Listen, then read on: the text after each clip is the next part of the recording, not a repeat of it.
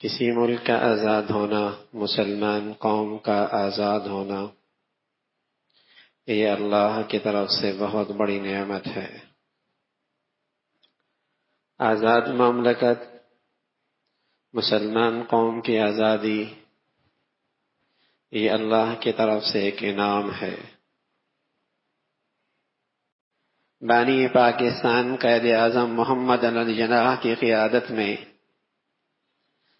مسلمانوں کو یہ ملک 1947 میں بڑی مبارک رات تھی، شب قدر کی 27ویں رمضان، شب قدر کی رات، جمعۃ الوداع۔ مسلمانوں کو یہ مملکت نصیب ہوئی، یہ اس ملک کی پیدائش کا دن ہے۔ آپ اندازہ لگائیے، رمضان کا مقدس مہینہ،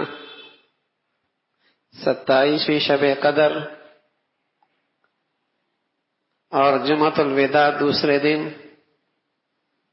یہ اس ملک کی پیدائش کا دن تھا۔ دنیا میں 2 ریاستیں ایسی ہیں جو خالص مذہب کی بنیاد پر وجود میں آئیں۔ ایک اسرائیل، جس کا مذہب یہودیت اور اپنی پیدائش سے لے کر آج تک وہ اپنی اسی مذہب پر اور کٹر انتہا پسندی کے درجے تک وہ اسی کے اندر آج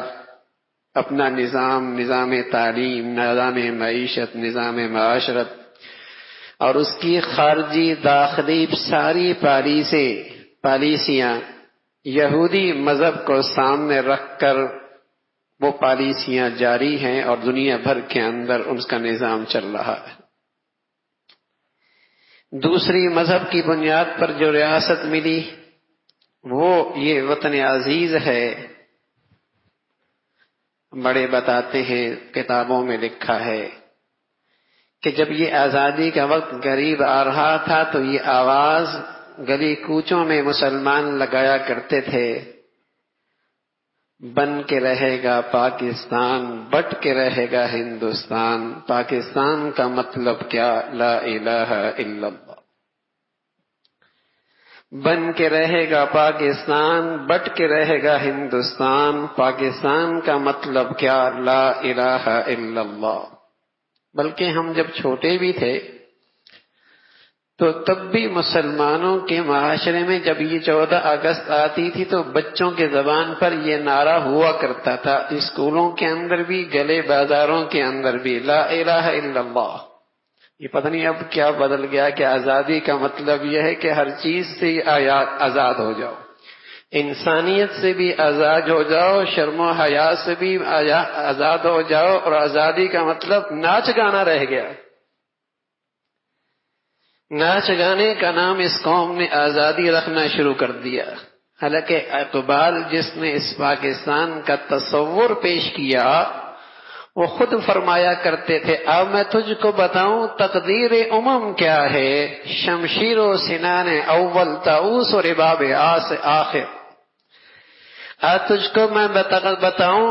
تقدیر امم کیا ہے، شمشیر و سنان اول طاؤس و رباب آخر۔ اس قوم کی ذلت اور پستی دیکھنی ہے، کسی قوم کی ذلت اور پستی دیکھنی ہے، تنزلی دیکھنی ہے،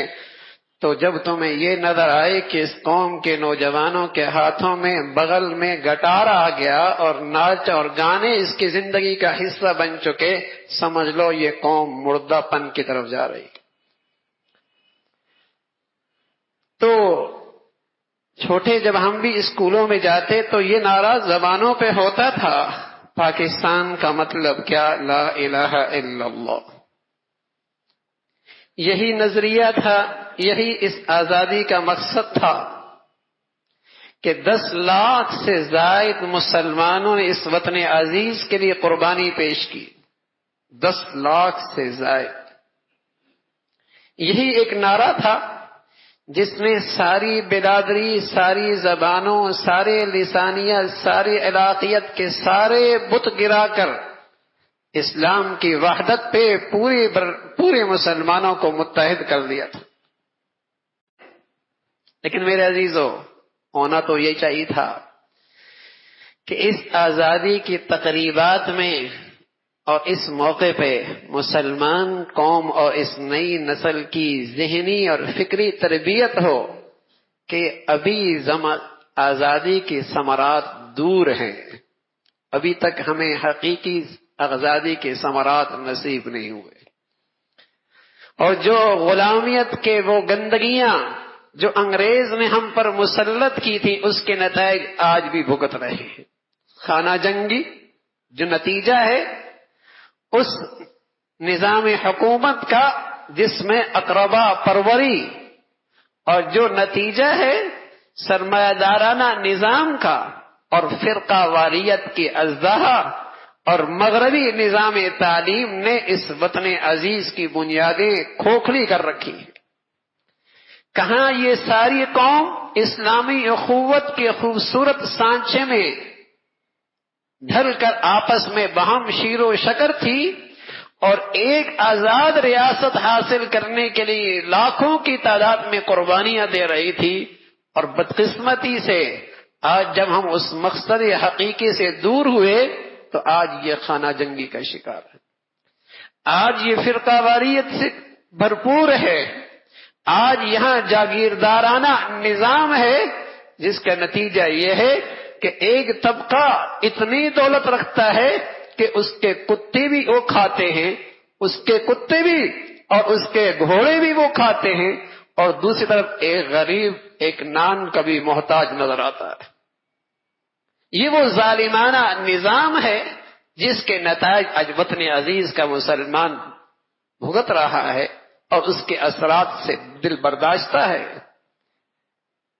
یہ وہ اثرات ہیں جو اس غلامیت کے دور سے چلے اور پھر ان کی آبیاری کی جاتی رہی، اور آج یہ وطن عزیز میں تن آور درخت بنا ہوا ہے کہ ایک طرف خانہ جنگی ہے، فرقہ واریت ہے، اور سرمایہ دارانہ نظام ہے کہ دولت کا بہاؤ ایک طرف ہے، اور ظالمانہ نظام ہے جس سے غریب کے لیے عدالت میں انصاف کا ملنا مشکل ہو گیا. اسلام کا عادلانہ نظام ایسا مبارک نظام تھا، سبحان اللہ، جہاں ریاست میں رہنے والا ہر انسان اس کا ثمرات اور اس کا نفع اٹھا سکتا تھا. تو میرے عزیزو، آزادی کے اس موقع پہ یہ سوچ ہونی، یہ ذہن سازی، یہ فکر مسلمانوں کو، وطن عزیز کے باشندوں کو ملنی چاہیے تھی کہ ابھی آزادی کی حقیقی ثمرات سے ہم بہت دور ہیں. جس مقصد کے لیے یہ وطن عزیز حاصل کیا تھا، یہ بھی اللہ کا انعام ہے کہ اللہ رب العزت نے ایک آزاد خطہ دے دیا. لیکن ظاہر آزاد خطے کا مقصد صرف زمین کا ٹکڑا مقصود نہیں تھا، بلکہ اسلامی زندگی، اسلامی معاشرہ، اسلامی نظام تجارت، اسلامی نظام معیشت، یہ مقصود تھا کہ ہر چیز کے اندر اسلام کے احکامات زندہ ہوتے،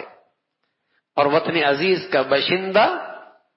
اس عبوری زندگی میں اسلام کے اس امتحانی دور سے گزر کر آخرت کے ہمیشہ کے انعامات کا مستحق بنتا.